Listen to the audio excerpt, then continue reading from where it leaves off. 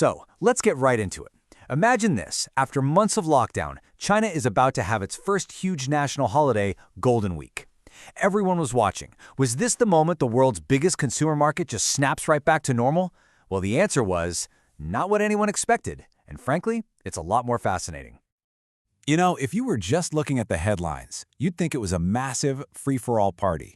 The pictures showed packed tourist spots, and the story seemed to be that China was completely back in business, just like the old days. But was that the real story? Nope, not even close. When you look at the actual data, travel and tourism only bounced back to about 70% of what it was the year before. And that 30% gap, that tells you everything. It shows that a whole lot of people were still being cautious, and that caution ended up changing everything about how they spent their money and their time. I mean, just look at these numbers to see what we're talking about. In 2019, you had 782 million travelers. A year later, that dropped to 550 million. That's more than 200 million people who decided to do something different. This wasn't just a small dip, you guys. This was a huge, fundamental shift in what a holiday even means. And that brings us to the first big idea here. For the hundreds of millions who did decide to travel, the old playbook was basically thrown right out the window. They came up with a whole new set of rules, all driven by this new desire for safety and convenience. So, what's rule number one in this new world? Simple. Avoid the crowds no matter what.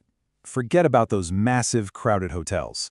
Instead, people, and especially families, started looking for smaller, private places where they could be in their own little bubble. And wow, do the numbers tell a story. Bookings for private guest houses shot up by 68%. But get this, RV and campervan rentals just exploded, up 77%. This shows you it wasn't a small thing. It was a massive swing towards these self-contained road trip-style family vacations. Okay, so rule number 2 was all about being light on your feet.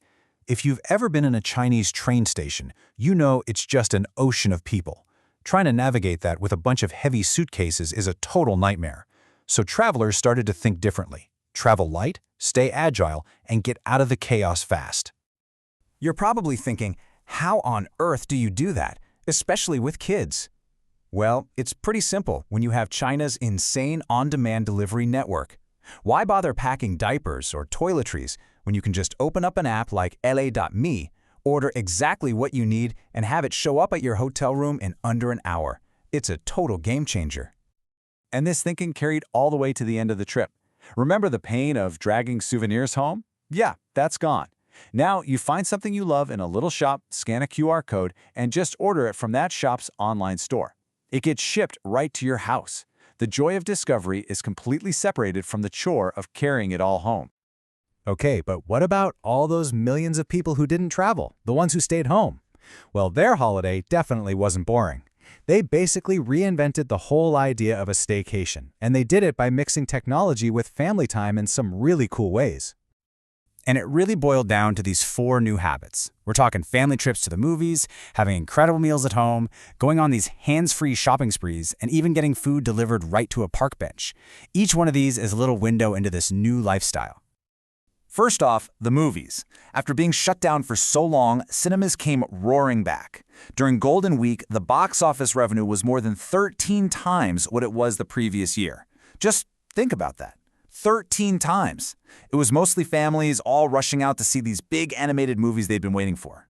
Meanwhile, back at home, people still wanted those special holiday meals, but they weren't so keen on packing into a restaurant. The solution? Something called half-cooked meals.